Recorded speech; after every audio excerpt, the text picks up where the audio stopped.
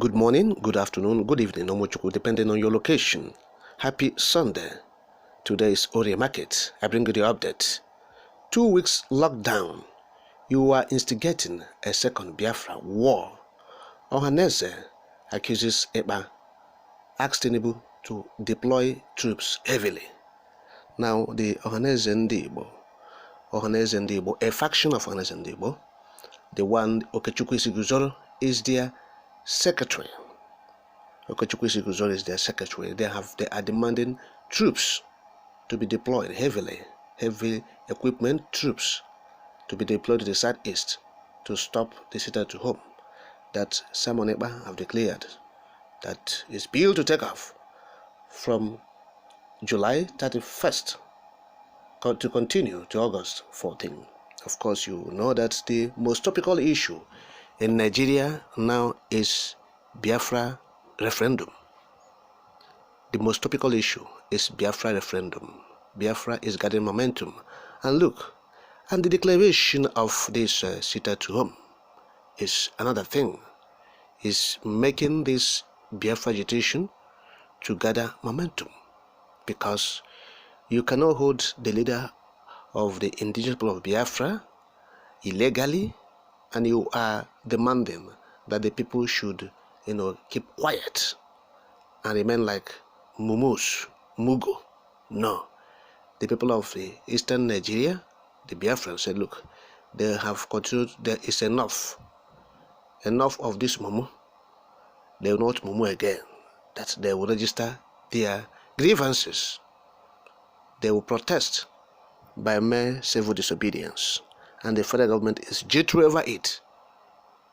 They are apprehensive about the whole situation. And so the social cultural organization in the southeast, a faction, I have said, the one led by Chidibe, Ichiguzoro is their secretary general. They are saying that Tinubu should bring soldiers, that what Ekpa is doing is to cause a second Biafran war. That is what he's saying. He said there are troublemakers in the southeast. Troops should be deployed to the eastern Nigeria so that they would deal with troublemakers. And we ask, who are the troublemakers? We're asking this Ohaneze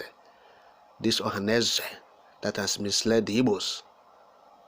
So we're asking them, who are the troublemakers? And we are glad that today the Igbos have extricated themselves from the tangle of the Ohaneze.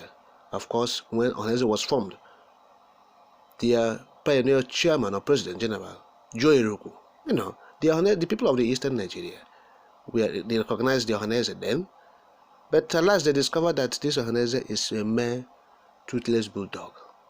They are just there to follow their tummy, stomach infrastructure, to use the Ohaneze to advance their own cause.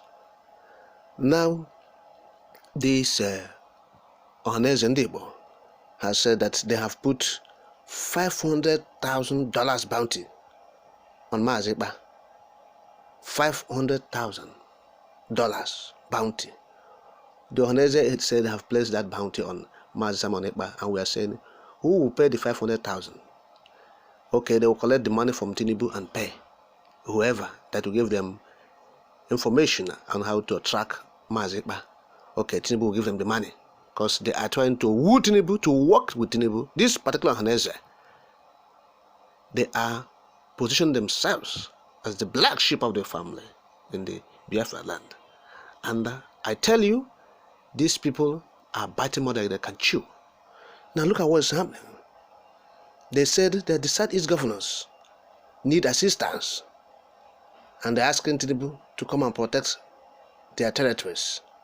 Ohaneze said that, look, the Igbos couldn't let someone from far away in Finland to have any say in their local affairs. They went further to state that Ebonyi people and the rest of the Southeast are responsible for stopping Mazi Ekpa and his allies from continuing their operations. They call it terrorists. Whereas the Ohaneze, they are the one terrorizing the people of the region by their evil activities around the corridors of power in Abuja since the formation of Ohaneze. I've told you, Professor Joe Iruku, where he says been exonerated, and others. But at a point, this Ohaneze slipped into mere political frontiers for profiteering, personal profiteering, to enrich their persons and their pockets. So they said Simon Ekpa and his followers have been putting the Southeasterners through a lot recently by making them to stay indoors against their will. The Ohaneze said the Southeastern governors have done all in their power to halt this issue, but to no effect. They call it epidemic. They said the federal government needs to take the necessary steps to finally put an end to this. Now, what is your take to this statement of Ohaneze that Ekpa is declaring another war? But we have said it. Ohaneze is calling for anarchy. They are calling for war in Southeast. But what Ekpa is doing is to ask the people of the zone to understand that their leader is being held in captivity illegally. And if there's anything they must do, is to say, we don't want it, and let the world hear them. Because it's not enough to stay in your house and be going to your businesses and everything remains normal, and you are saying you don't want it. Nobody will listen to you. Look at protests everywhere. In India, you see protests. In Iran, you see protests. In France, you see people protesting. Even in America, they protest. When something happens they don't like, they protest. You saw what happened in France recently. You know? So, a lot of protests were going on.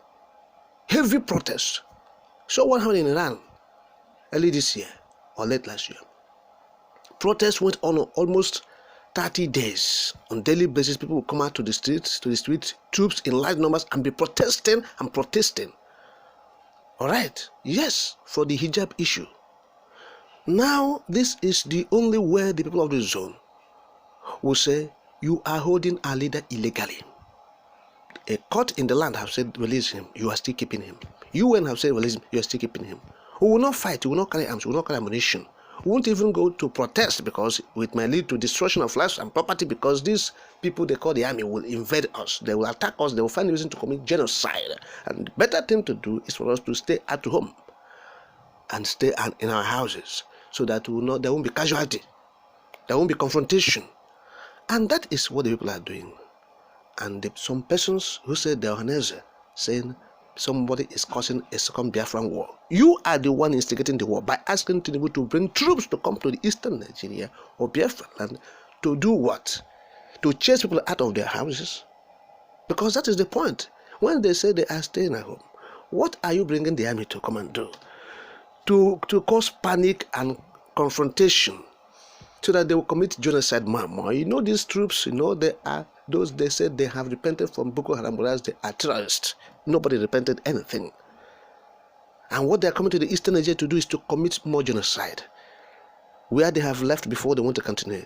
And so you are asking them to come. So Ohaneze is the one bringing causing trouble, confusion, trying to reenact Biafran war again in the southeast. This particular Ohaneze will have to be specific. This Ohaneze, Isi Gujoro, this man is biting more than he can chew, honestly speaking. And so that is the point we're making. They are causing confusion. They are causing trouble. They know what is the issue. Instead of this Ohaneze, Isi Gujoro to go and ask Tinubu to obey the court, to obey their own laws, the laws of their country, so that there will be denouement. They are trying to instigate, cause confusion. In the raging fire, they are pouring fuel. And that is what they are doing, the Ohaneze. Ekpa is not in any way indicted. You cannot accuse him of causing a second war in Biafra land, because what he is doing is to ask the people to understand the times we are in and to make demands.